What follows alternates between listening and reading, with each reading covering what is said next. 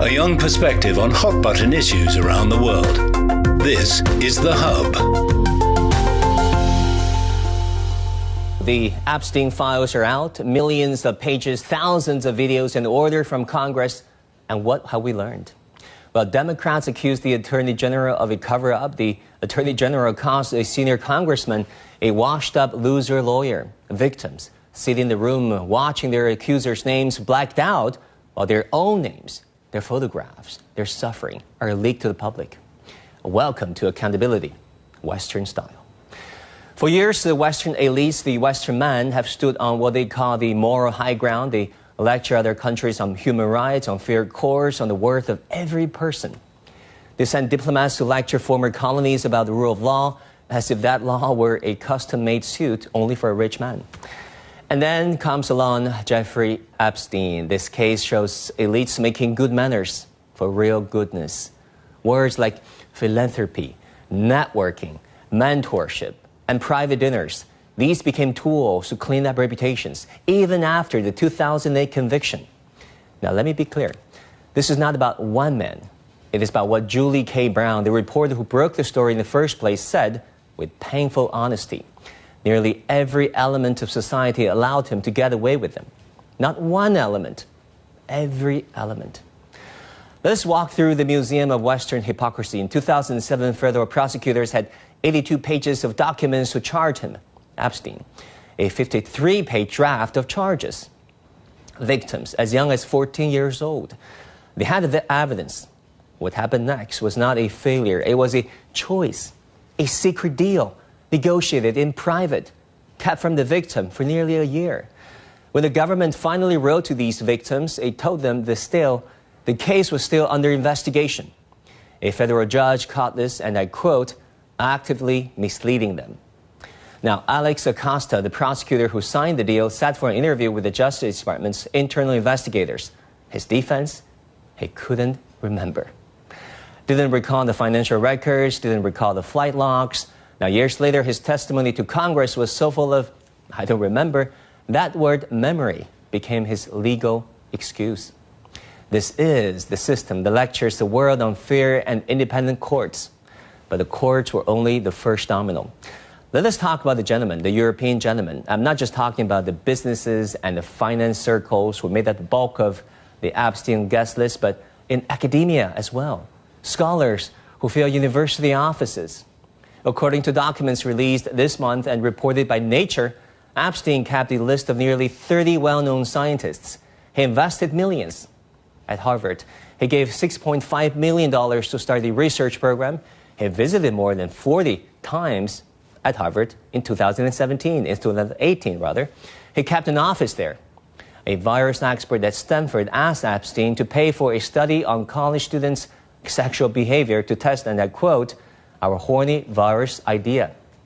A physics professor facing investigation into his own misconduct received an email from Epstein telling him to say no comment to the press. This is not just selling influence. This is intellectuals bound down. Men who trade in fame and respect traded it for a check from a convicted sex offender. And the banks? Deutsche Bank moved millions of dollars for Epstein. They flagged him as high risk. They kept him anyway. Wire transfers, cash withdrawals, payments to people accused of helping him. New York's financial regulator called it inexcusable. The bank paid $150 million to settle the case. And let me translate that. $150 million is not punishment. It is simply the price they pay to make the problem go away. And now we arrive at the truly interesting part. The Epstein files have become a political punching bag. The Trump camp makes it about the Clintons. The Democrats make it about the Republicans. The Attorney General accuses the committee chairman of drama, and the chairman himself accuses the Attorney General of running a cover-up. Meanwhile, the law Congress passes clearly states that names cannot be blacked out just to avoid embarrassment, harm to reputation, or political discomfort.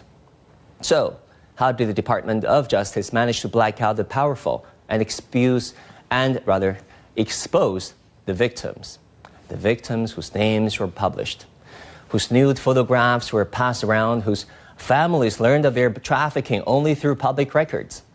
Now, one survivor put it simply, She said, this administration has basically been lying to us and making us doubt our own reality the entire time. Lying and manipulating. So here's the uncomfortable truth the West does not want to face. The Epstein archive is not just one file on one criminal. It is a CT scan of the whole system, the courts, the banks, the politicians, even some academic institutions. Not evil in some movie sense, silent partners in real world sense. Silent through doing nothing, through convenient forgetfulness, through the quiet belief that some men are too powerful to ever be brought down. And yet these same institutions continue to grade the rest of the world on human rights, continue to issue report cards on judicial reform, continue to act as if they are the world's moral judge. The lease on that high ground has run out. It ran out in Florida courthouse in 2008. It ran out on the private Caribbean island with the Harvard professor as a guest. It ran out this month on the live television when the victim had to watch her abuser's name being blacked out while her own name staying in plain sight. The Western elites wanted to be judged by their good intentions. Unfortunately for them, the Epstein files contain only the facts. Now, to discuss further into all these questions and more, we're joined today in Washington, D.C. by Madam Rina Shah, geopolitical advisor, and also in Washington, D.C. by Brandon Andrews, entrepreneur and former Hill staffer. And last, but certainly not least, in Shanghai, China, we have Josef Mahoney, professor of politics from East China Normal University. Welcome to all of you, and thank you for putting up with my take now for a deeper analysis into all these. I want to ask you about this. So, Rina, why don't I go to you? Why should the world care about the Epstein case, in your opinion? I mean, it began as a U.S. criminal investigation, but quickly became a global headline. What did they expose, in your opinion? Well, certainly this global story bears attention from all parts of the globe because it is not just one that is about elites. It is about the gap between the rules we're told that exist and the rules that actually apply. And when elite networks span continents, but accountability stops at national borders, I think that's not just an American problem then. It's a governance crisis for democracies everywhere. Democracies everywhere, victims as well as guests do span continents and across sectors. Brandon, how do you look at all this? Yeah, James Madison, one of the founding fathers of the United States, said, if men were angels, government wouldn't be necessary. And I think we see this playing out with the justice system. The system is in place, the rule of law, equal representation under the law, and other pieces. But we've seen where people come in with bias, with influence, with relationships, the things you alluded to in your opening take, that cause a deleterious effect when it comes to the implementation of the justice system and the even implementation of law. And what we have now is, as you said, the inequity being exposed, both being exposed in terms of things that the current administration has said and done, but also being exposed in terms of what people said and maybe perhaps more so what they didn't say and didn't do over the past 30 years with knowledge of Jeffrey Epstein and his crimes. Now, Joseph, the case unfolded in an era shaped by algorithm-driven amplifications. Has social media fundamentally changed how power scandals spread and gain traction? It's a double-sided question. On the one hand, we know that a lot of those algorithms are controlled by tech elites, that the tech elites belong to the oligarchy, that a big part of that tech oligarchy is supporting the current administration, in part because they want protections from other countries in the global marketplace. They want protections from China. And so this is the case. But at the same time, algorithms and social media have a global reach now. And certainly people can get into the conversation and start influencing things. But one of the problems that I'm seeing with the algorithm, just from watching it from my own vantage point, is the way that the algorithm is being manipulated, for example, to highlight sort of marginal cases in the files. We see conservative and right-wing media overemphasizing the role of people of color who have been associated with Epstein, when the vast majority have been rich white men with sexual deviancies. So there's sort of this opportunity for us to sort of learn something, but at the same time to risk being further misguided through new forms of misinformation by some of the very elites who were connected, some of these tech elites who were also connected to Epstein and who want to participate in a broad cover-up or to mislead people into the reality, to sort of foster or continue to advance the hyper-reality that people have been living in for more than a couple of decades now. Yeah, we do see digital media serving as a double-edged sword. Now, Rina, the Congress explicitly said that certain names cannot be redacted, merely because it makes some people politically uncomfortable, hiding truth from the public, the mass. Yet we do see victims, even some of their nude photos being spread around, underage girls. How does all this concern you? Well, I think this is all very tough to swallow if you've looked at the plight of women coming from disadvantaged homes. And a lot of these victims were. This was about girls, again, coming from certain backgrounds that took an opportunity and were trafficked, essentially, by Ghislaine Maxwell and Jeffrey Epstein.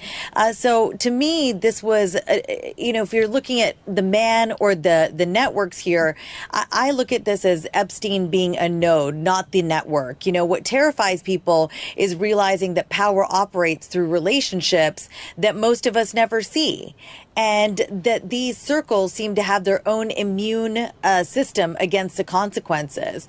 But when you look at how Epstein, how he damaged the public trust, that to me is also a really significant portion of this, because with his death, what we saw in the age of information is that incompleteness really feels intentional. When the most high-profile prisoner, again, Jeffrey Epstein in America, dies under suspicious circumstances, and we get bureaucratic shrugs, essentially, instead of answers, that's not a trust problem, that's a trust demolition.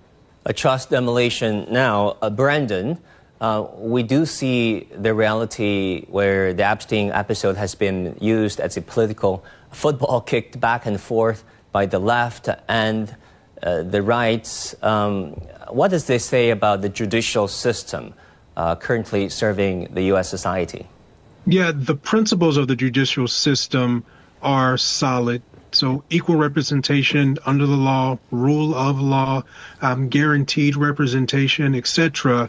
But we see in practice fractures, and indeed you talk about a political football being passed around, you talk about shots being taken by different political parties. You hear this term, the two-tiered justice system, thrown around a lot in these conversations. Now, if you went back in the United States 20 or 30 years and you heard someone say two-tier justice system, you would almost automatically say that's a Democrat talking about it, because Democrats had for decades been talking about the use of cash bail bonds, keeping people in jail, and non-violent drug offenses, keeping people in jail for years, people not getting access to the same kinds of representation that wealthy folks in the United States would have access to. But over the past 10 years in the Trump era, especially as Donald Trump and others have been in court themselves,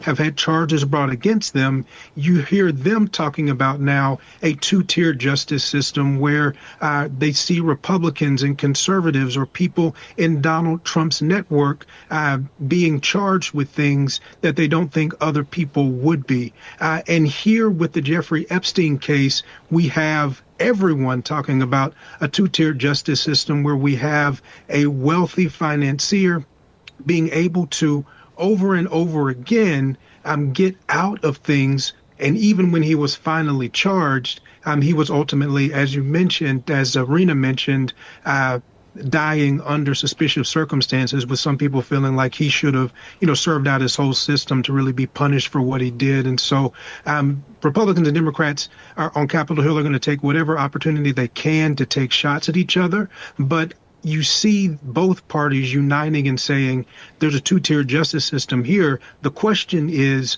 will there actually be justice for the victims, one, and two, will any steps be taken to rectify some of the inequities that are there when it comes to the application of justice in the U.S.? Right. I'm not saying any country's legal system is perfect. Singapore is not perfect. Korea is not perfect. Japan is not perfect. China is probably not perfect either.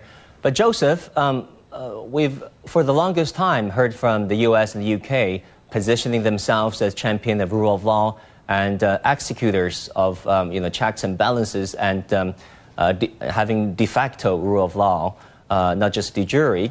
Do scandals like this undermine their credibility and trust towards their institutions and their capability to have legitimate checks and balances?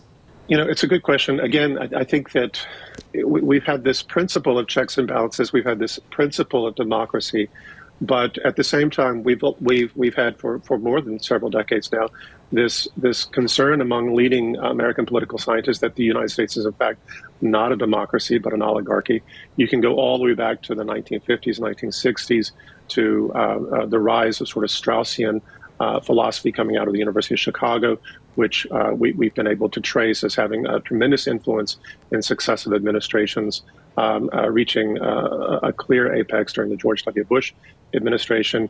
This idea of the noble lie that elites have a responsibility to manipulate people for their own good, but who really gets to determine that good?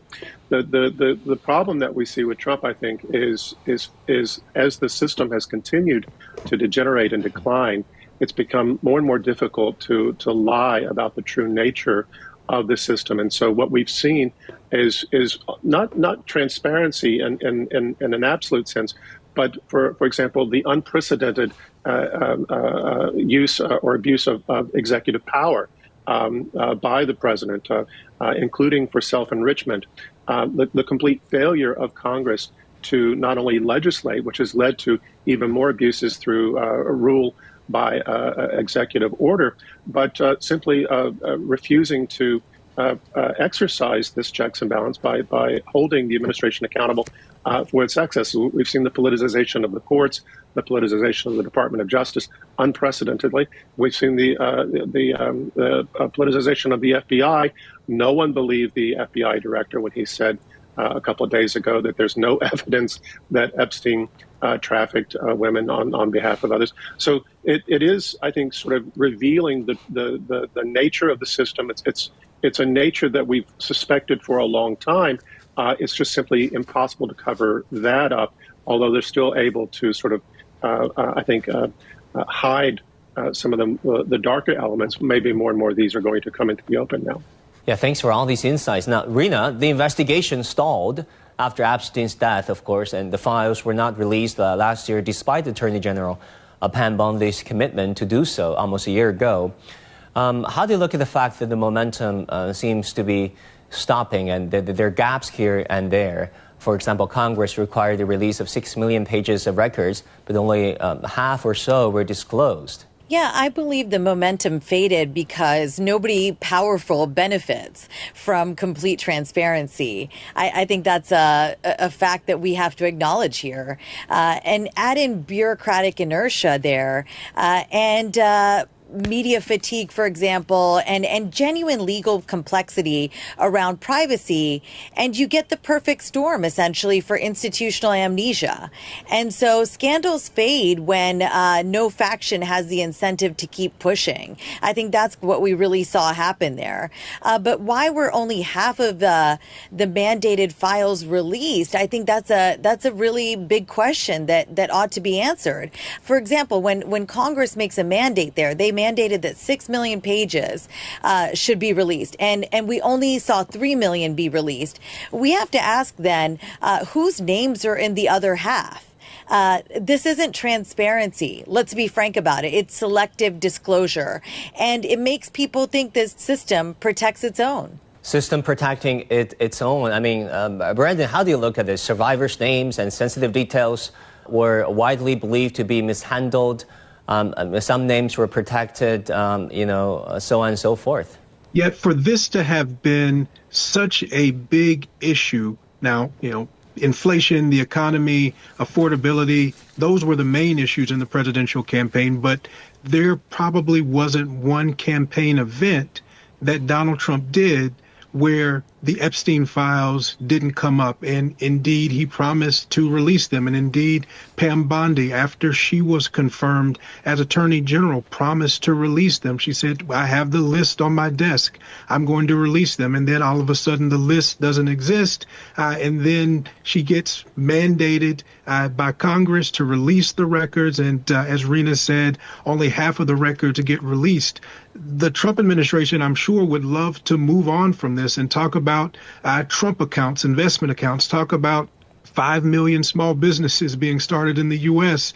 in 2025, but they can't because they continue to give the media, to give Americans reasons to ask questions, reasons to get this story back going again. And so, yes, not only have the details when it comes to the privacy of some of the victims been mishandled, but from a political strategy standpoint, from a communication strategy standpoint, from the administration, something that was a significant benefit for the campaign has now become almost an albatross around the neck of the Trump administration. Now, 1 year or so into the second term of President Trump, and so the big question is, yes, can we get justice for the victims, but also can the Trump administration do what they say they're going to do, release the files, not overly redact, and release it in a way so people don't have questions and so that they can move on, and so, again, that the victims can get the justice that they want. Yeah. I mean, we've known the life of rich and famous. I mean, President Trump, during his first term in office, even jokingly said in the White House press conference, when asked about the privileges the rich and famous had in America, he said, that has been the story of life. And that video went viral on Chinese social media as well. So Joseph, what about this Epstein episode that surprised you the most? What are the facts that surprise you from what you don't know previously about the life of the rich and famous? Not just in America, let me say, but around the world. Well, I think the thing that's really surprising a lot of people is that since the maybe late 1970s, early 1980s, we've seen the middle class being hollowed out. We've seen failure to really deal with income inequality, really to deal with other social problems given systemic breakdowns. At the same time, there's since we started that downward trajectory, there's been a lot of cynicism, periodic outbursts of anger about perceiving the privileges benefit from things like insider trading, corrupt campaign finance, various schemes for evading taxes, and certainly some exceptional cases where people can avoid prosecution or punishment for more grotesque criminal offenses, or later buying some sort of pardon.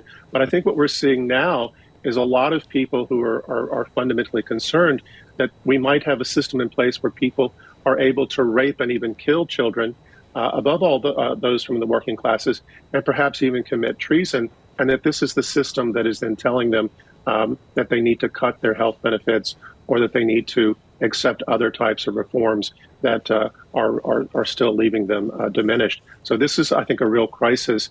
There was this old Alexander Pope phrase, hope springs eternal in the human breast. Man never is, but is always to be blessed. This has always been sort of a faith thing. It was an essay that was taught to me in the 10th grade in the United States. I think people increasingly are losing faith in the capacity of this system to rectify itself. And it begs the question of what comes next. Brandon, what are your biggest takeaways? Jeffrey Epstein is a monster. What he did was incredibly heinous. There's an opportunity here for not only the Trump administration, but for U.S. government more generally to bring justice for the victims and restore faith in the justice system. I think America is a place where that can happen, and I hope they take the right step.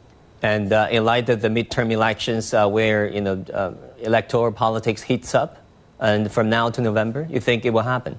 There will be increasing pressure to complete this and to get justice for the victims. This story isn't going away. I know the Trump administration would like for it to, but until this thing is settled, files are released, and victims come out and say, we're happy with the results here, they're going to continue to hear a groundswell of support for victims and a continued push from both Trump supporters and folks on the other side to get this addressed fully. That will do it for this edition of The Hub on CGTN. Thank you so much for tuning in. Our programs continue on CGTN. Stay tuned and see you next time.